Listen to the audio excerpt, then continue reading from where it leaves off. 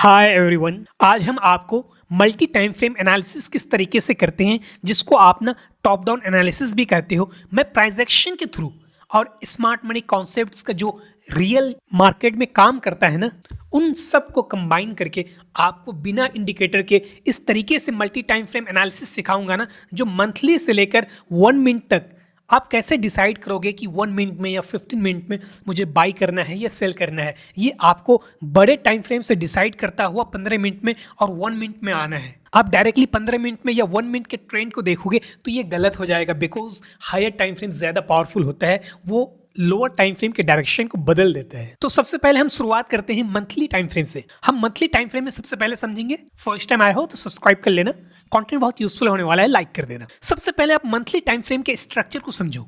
बिल्कुल neat and clean price action के through आपको समझाने वाले हैं। हम यहाँ पे कोई भी इंडिकेटर यूज नहीं करते और ना कभी करेंगे। सबसे पहले आप स्ट्रक्चर को समझो। मंथली टाइम फ्रेम में स्ट्रक्चर को समझना इंपॉर्टेंट है। क्यों? क्योंकि जब आप टॉप डाउन एनालिसिस करते हो ना, इससे आपको ये पता लगता है मंथली टाइम फ्रेम से। बहुत कोई कहेगा मंथली टाइम फ्रेम देख के मुझे क्या मिलेगा। मंथली टाइम फ्रेम से ही आपका बाइंग और सेलिंग प्रेशर का पता लगता है। बाइंग सेलिंग प्रेशर का क्या मतलब कि लोअर टाइम फ्रेम में बाइंग का स्ट्रेंथ है या सेलिंग का स्ट्रेंथ है। बिकॉज आपको मंथली टाइम फ्रेम में ट्रेंड पॉजिटिव दिखेगा, यही ट्रेंड लोअर टाइम फ्रेम में जाके आपको नेगेटिव भी दिखेगा। अभी मैं आपको जब बताऊंगा ना तब समझ आएगी चीजें। तो मैं आपको बताता हूं, देखो ये आपका एक पॉजिटिव वेव कहलाएगा। यहां से लेकर जो यहां तक प्राइस पहुंची है ना, इसको आप रन की वेव बोलो। सिंपल लैंग्वेज में बताऊंगा। ये आपका पुलबैक की वेव है, ठीक है। ये आपका रन की वेव है, ये उसका इंटरनल पुलबैक है। ये एक रन की वेव है, ये पुलबैक है, ये रन है और ये एक पुलबैक है। इस इंटरनल लो के नीचे कैंडल की क्लोजिंग हुई है ना, तो इट मींस एक सिनेरियो तो आपको पता लगा कि प्राइस में नेगेटिव इंपैक्ट है। क्यों? क्योंकि इसने इस इंटरनल लो के नीचे मंथली टाइम फ्रेम के इस लो के नीचे कैंडल की क्लोजिंग हुई है, तो इंपैक्ट जो है ना प्राइस में वो नेगेटिव है, यानी सेलर्स हेवी है। बट यहां से जो प्राइस आपको ऊपर जाता हुआ दिख रहा है ना, वो इसलिए दिख रहा है बिकॉज क्योंकि मंथली का यहां पे डिमांड खड़ा था। अब इस लो के नीचे कैंडल की क्लोजिंग होकर प्राइस पहुंचा है, बट नीचे अगर बैरियर हो तो यहां से तो एक आपको रिएक्शन देखने को मिलेगा ना। तो यही जस्ट ये रिएक्शन चल रहा है मंथली टाइम फ्रेम का। तो प्राइस कहां तक जाने के चांसेस है? प्राइस में ये जो सप्लाई है ना, अगर ये मंथली के डिमांड से उठ रहा है तो मंथली के सप्लाई तक इसको पहुंचना चाहिए। इतनी चीजें क्लियर है? तो मंथली में इतनी ही चीजें समझनी है। अब सीधे वीकली में चलो, हम आपको सारे टाइम फ्रेम कवर करता हुआ चलेंगे कि किस तरीके से सारे टाइम फ्रेम को देखा जाता है। अब यहाँ देखो, ये वीकली टाइम फ्रेम का एक पॉजिटिव वेव, ये पूरा का पूरा ना एक ही वेव में काउंट होगा, जिसको आप रन की वेव कहते हो, ठीक है। आप इसको इस तरीके से मत समझो कि ये एक इस तरीके से वेव जा रहा है, ये उसका इंटरनल स्ट्रक्चर है। लेकिन जब आप ट्रेंड की बात करोगे तो ये पूरा एक रन की वेव में काउंट होगा। ये पुलबैक की वेव है, ये रन की वेव है, ये पुलबैक है, ये रन है। कोई कहेगा इसको आपने क्यों नहीं माना? बिकॉज क्योंकि इस हाई पॉइंट के ऊपर में यहाँ कैंडल की क्लोजिंग नहीं है। क्लोजिंग मुझे यहाँ जाके मिला है, तो लोएस्ट पॉइंट ये आपका हायर लो पॉइंट बन जाएगा और हायर हाई आपका ये पॉइंट बन जाएगा। क्लियर है इतनी चीज़ें? अब यहाँ देखो क्या हुआ है। अब यहाँ इस लो के नीचे जो कैंडल की क्लोजिंग हुई है ना, तो प्राइस में सेंटीमेंट क्या हो गया? नेगेटिव हो गया, नेगेटिव सेंटीमेंट है। अब यहाँ से ऊपर जो जा रहा है ना, तो ये पुलबैक है। वीकली टाइम फ्रेम का ये पुलबैक है, क्योंकि सेंटीमेंट नेगेटिव हो चुका है। और मैंने आपसे बहुत बार कहा है, किसी भी वेव का हाई या लो टूटने के बाद प्राइस में पुलबैक आता है। तो ये वही पुलबैक है जो प्राइस ऊपर जा रहा है। अभी पुलबैक आएगा तो कहाँ तक आएगा? ये जो सप्लाई है ना, इस सप्लाई तक ये पुलबैक आने के चांसेस है। अगर इस हाई पॉइंट के ऊपर में कैंडल की क्लोजिंग कर देता है ना, तो फिर प्राइस यहाँ से आपका इस तरीके से ऊपर निकल जाएगा। बट सारी की सारी लिक्विडिटी तो इस हाई पॉइंट के ऊपर है, तो प्राइस क्या करेगा? अब देखो, इस वेव में आपका इंड्यूसमेंट किस पॉइंट पे है? इधर है। इससे पहले कोई भी इंड्यूसमेंट नहीं है। ये इंड्यूसमेंट का लेक्चर, लिक्विडिटी का लेक्चर, ये सारे मैंने अपलोड करके रखे हैं। अगर आप में से किसी ने नहीं देखा है, वो इतना इंपॉर्टेंट क्रूशियल लेक्चर्स है ना, आप देख लेना, क्योंकि वही चीज़ें मैं अभी आपको समझा रहा हूँ। क्योंकि सारी की सारी लिक्विडिटी इस हाई पॉइंट के ऊपर है, ठीक है। और इससे पहले, इस हाई पॉइंट से पहले इधर कोई भी इंड्यूसमेंट नहीं है। तो प्राइस क्या करेगा?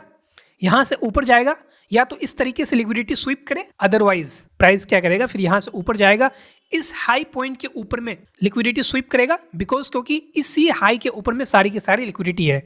इससे पहले इधर पूरे वेब में कोई भी इंड्यूसमेंट नहीं है। अगर होता तो लिक्विडिटी वहां पे अवेलेबल होता। तो प्राइस में गिरने के चांसेस जो है ना, इसी सप्लाई जोन से, बिकॉज इसके ऊपर सारी की सारी लिक्विडिटी है। प्राइस जब तक लिक्विडिटी लेगा नहीं तब तक वापस से नीचे गिरेगा नहीं। अब ये वीकली टाइम फ्रेम का पुल बैक हो गया, इसको आप डेली में देखोगे ना तो ये भी डेली का पुल बैक ही है, बिकॉज डेली के स्ट्रक्चर में ये डेली का हायर लो है। डेली का हायर लो ये पॉइंट है ना, मैं आपको मार्क करके दिखाता हूँ। देखो ये रन की वेव, ये पुल बैक है, ये रन है, ये पुल बैक है, ये रन है, प्राइस नीचे आता है और इस हायर लो के नीचे कैंडल की क्लोजिंग करता है, तो डेली में भी सेंटीमेंट क्या हो जाता है, पूरी की पूरी नेगेटिव हो जाती है। अब ये जो जा रहा है ना ऊपर, ये डेली टाइम फ्रेम का पुल बैक है। क्यों? क्योंकि प्राइस ऑलरेडी नेगेटिव हो चुका है, तो ये पुल बैक है, तो कहाँ तक जाने के चांसेस हैं? मैंने वीकली टाइम फ्रेम से ये जोन फाइंड किया है। उससे पहले अगर आप देखोगे तो डेली टाइम फ्रेम में एक जोन और भी है आपके पास, जिसको मैं मार्क कर देता हूँ, ये वाला सप्लाई जोन है। बट यहां से गिरने के चांसेस कम ही है, बिकॉज लिक्विडिटी जो है ना इस हाई पॉइंट के ऊपर चला जाएगा फिर। तो जब तक प्राइस लिक्विडिटी लेगा नहीं तब तक प्राइस गिरेगा नहीं। और ये जो पुलबैक आपको दिख रहा है ना डेली टाइम फ्रेम का, ये एक्चुअल में 4 आवर का ट्रेंड बन जाएगा। अब हम 4 आवर में जाएंगे तो चीजें आपको समझ आएगी कि 4 आवर का ट्रेंड ये किस तरीके से बना हुआ है। ठीक है, अब देखो 4 आवर का ट्रेंड क्लियरली पॉजिटिव है। मैं आपको मार्क करके दिखाता हूँ, यहां देखना, ये बिल्कुल ट्रेंड पॉजिटिव है ना, इस तरीके से प्राइस पॉजिटिव है पूरा का पूरा। अब प्राइस क्या कर रहा है, यहां देखो, ये छोटे छोटे यहां से लेकर जो यहां तक एक वेव गई है ना, इसको आप रन की वेव बोलोगे। अब ये रन की वेव भी अपने आप में छोटा छोटा इंटरनल पॉजिटिव इंटरनल नेगेटिव बनाता हुआ ऊपर जा रहा है, यही तो कर रहा है ना। तो मैक्सिमम रेंज कहां से कहां तक है, ये हाई पॉइंट है, ये लो पॉइंट है। अब यहां से प्राइस पुल बैक लेगा ना तो मैक्सिमम गिरने के चांसेस यहां है।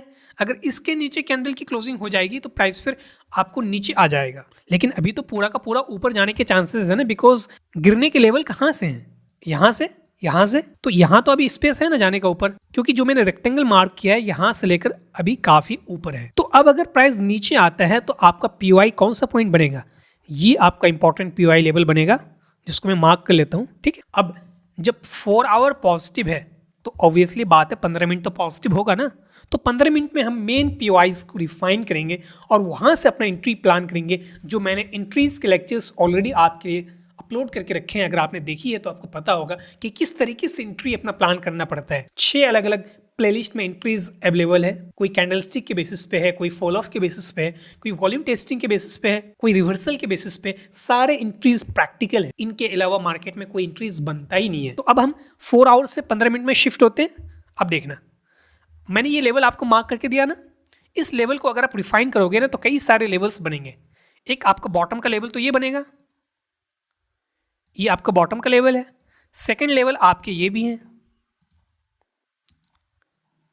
ठीक है, एक लेवल आपका ये भी है।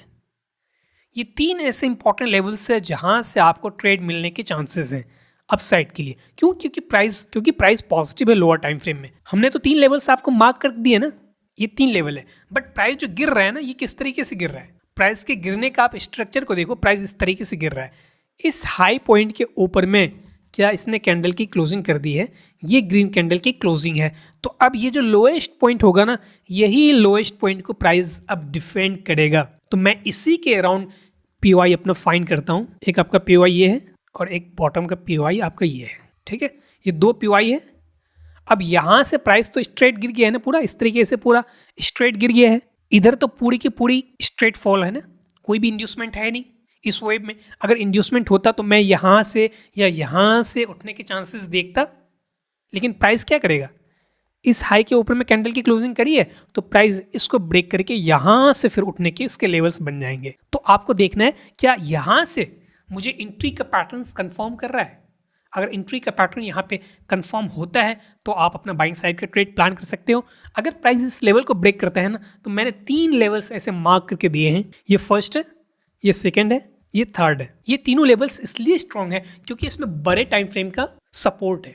अगर बड़े टाइम फ्रेम का सपोर्ट नहीं होगा ना तो ये जोन्स अपने आप टूट जाएंगे।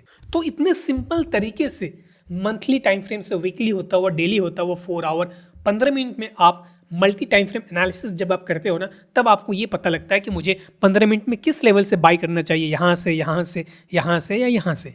अगर आप डायरेक्टली सिर्फ 15 मिनट देखते हैं तो ये स्ट्रक्चर आपको समझ नहीं आएगा, ये कंफ्यूज कर देगा, क्योंकि प्राइस बहुत जिग-जैग ऊपर जा रहा है। इसी को समझने के लिए मुझे मल्टी टाइम फ्रेम यानी टॉप डाउन एनालिसिस करने की जरूरत पड़ती है। ठीक है, आई होप आपको चीज़ें क्लियरली समझ आई होगी। See you in the next one, bye.